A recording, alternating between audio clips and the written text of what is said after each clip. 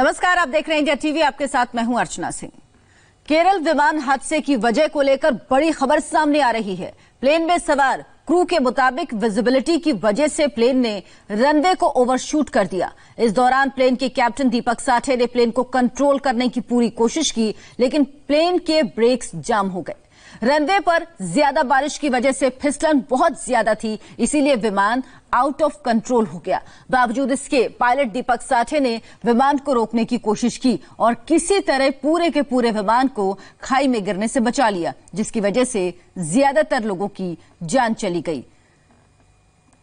तो केरल के कोझिकोड में जो विमान हादसा हुआ उसकी वजह का खुलासा क्रू मेंबर ने किया है। शिल्पा नाम है उनका। उन्होंने बताया कि रनवे पर फिसलन की वजह से नियंत्रण से बाहर हो गया प्लेन। हालांकि पायलट ने पूरी कोशिश की कंट्रोल करने की, ब्रेक्स भी जाम हो गए थे, रनवे पर फिसलन थी, विजिबिलिटी नहीं थी, जिस वजह से यह हादसा हुआ।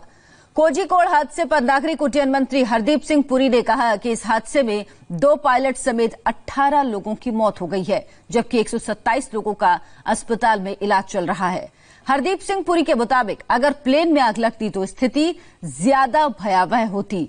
वो आज एयरपोर्ट जाकर स्थिति का जायजा लेंगे। वहीं केरल के राज्यपाल आरिफ मोहम्मद खान और सीएम पी विजयन भी आज कोझिकोड जाएंगे।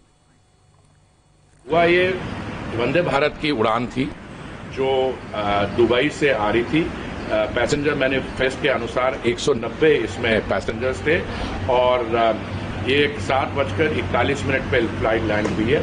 क्योंकि वेदर कंडीशंस जो है मॉनसून के कारण अनफेवरेबल थे, जो लगता है कि पायलट ने इस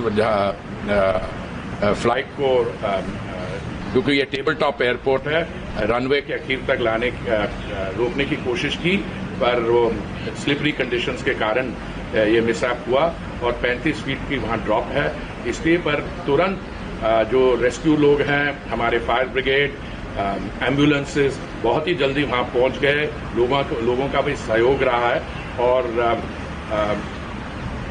एक तरीके से, वैसे मैंने कहा, एक भी मृत्यु ऐसी दुर्घटना में हो जाए तो वो बहुत ही अनफॉर्चुनेट होती है, पर शुक्र है कि वो हवाई जहाज को आग नहीं लगी, because our task would have been much more difficult if the plane had caught fire. बाकी मैं अभी खुद जा रहा हूं।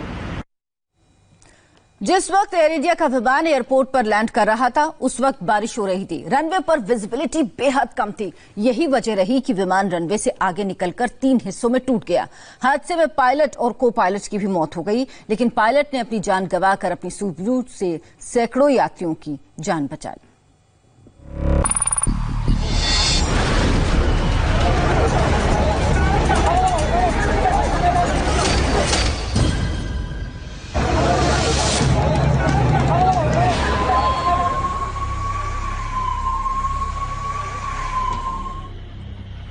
दुबई से 185 यात्रियों, 2 पायलट और 4 क्रू मेंबर के साथ केरल के कोझिकोड पहुंची एयर इंडिया एक्सप्रेस की फ्लाइट IX 1344 रनवे पर फिसली और एक बड़े हादसे का शिकार हो गई।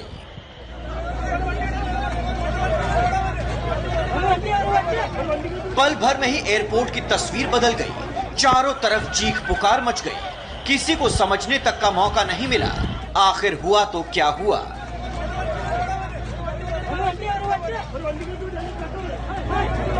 शाम 4:30 बजे दुबई से उड़े एयर इंडिया की फ्लाइट ने शाम करीब 7:41 पर कोझिकोड एयरपोर्ट पर लैंडिंग की थी। लैंडिंग के वक्त मौसम खराब था, बारिश हो रही थी, रनवे पर फिसलन थी। यही फिसलन इस विमान हादसे का कारण बन गई। जिस वक्त विमान ने लैंडिंग की उस वक्त विमान की स्पीड काफी ज्यादा थी।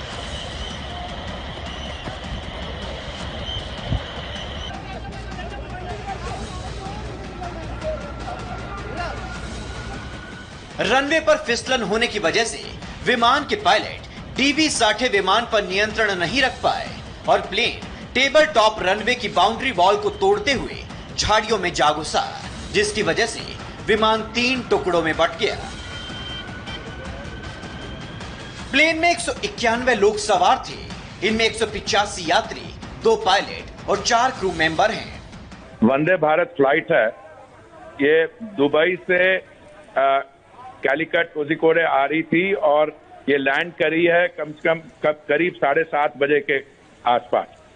क्योंकि वर्षा के कारण वेदर कंडीशन जो थी आपको मालूम है, ये एयरक्राफ्ट जो है ये टेबल टॉप एयरफील्ड है।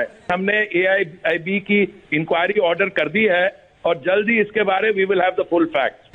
जो विमान हादसे का शिकार हुआ है उसमें कुल 191 लोग सवार थे, जिनमें से 12 यात्री मेडिकल इमरजेंसी की वजह से भारत लौटे हैं, जबकि 20 यात्री ऐसे हैं जिनकी नौकरी जाने के बाद वो भारत वापस आए हैं। 4 यात्री अपनी शादी के लिए दुबई से केरल पहुंचे और 58 यात्री ऐसे हैं जिनका वीजा खत्म हो गया था, जिसके बाद ये वापस देश लौटे हैं। विमान हादसे की तस्वीरें बेहद भयावह हैं। हालांकि गनीमत रही कि हादसे के बाद विमान में आग नहीं लगी, नहीं तो हादसा और भी भयानक हो जाता।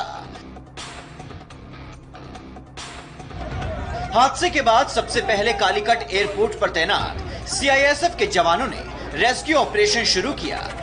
कुछ देर बाद इस रेस्क्यू ऑपरेशन में NDRF की टीम भी शामिल हो गई। इस हादसे में विमान के पायलट दीपक साठे और को पायलट अखिलेश कुमार की मौत हो गई है।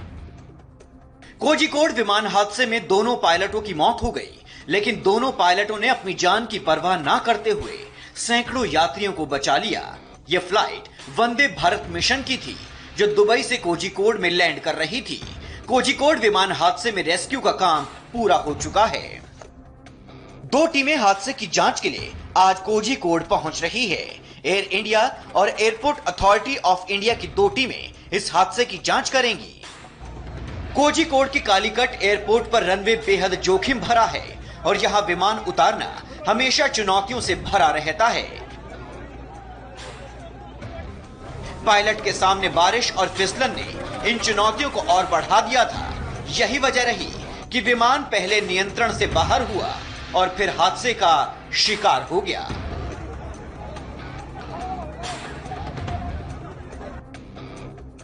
T Raghavan, India TV, Kozhikode. और इस हादसे में उन लोगों की जान चली गई जो अपने जश्न मनाने अपने घर पहुंच रहे थे। इस हादसे में उन लोगों की भी जान चली गई जो दुबई में नौकरी जाने के बाद घर लौट रहे थे। सरकार जांच का आदेश दे चुकी है, लेकिन एयरपोर्ट से लेकर अस्पताल तक का मंजर आप देखेंगे तो आपका दिल दहल जाएगा।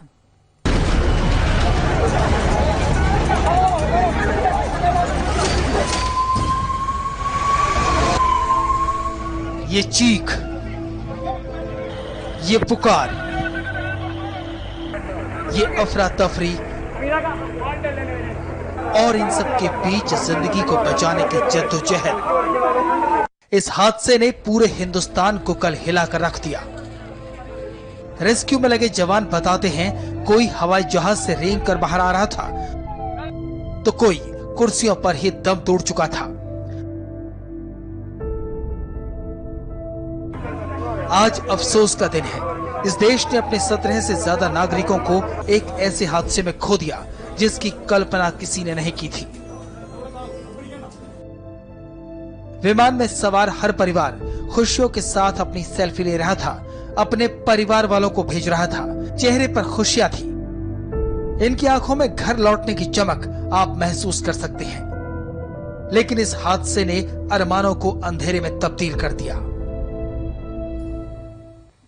यह हादसा बहुत बड़ा हो सकता था, लेकिन पायलट्स की सूझबूझ ने यात्रियों की जान बचा ली। दुर्घटनाग्रस्त विमान को उड़ा रहे पायलट के पास करीब 40 सालों का अनुभव था। उनकी गिनती देश के बेहतरीन पायलट्स में होती थी। आखिरी वक्त में भी पायलट अपनी जान गंवाकर यात्रियों की जान बचा गए।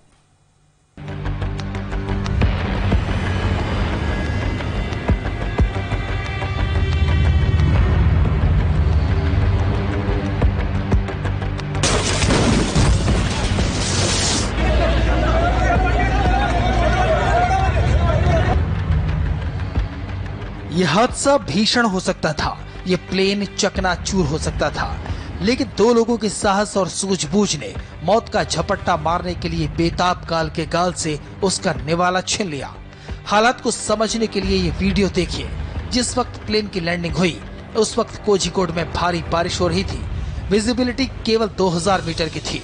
एयर इंडिया के दुबई से लौट रहे प्लेन की कमान रिटायर्ड विंग कमांडर और प्लेन के कैप्टन वसंत दीपक साठे और फर्स्ट ऑफिसर अखिलेश कुमार के हाथों में थी।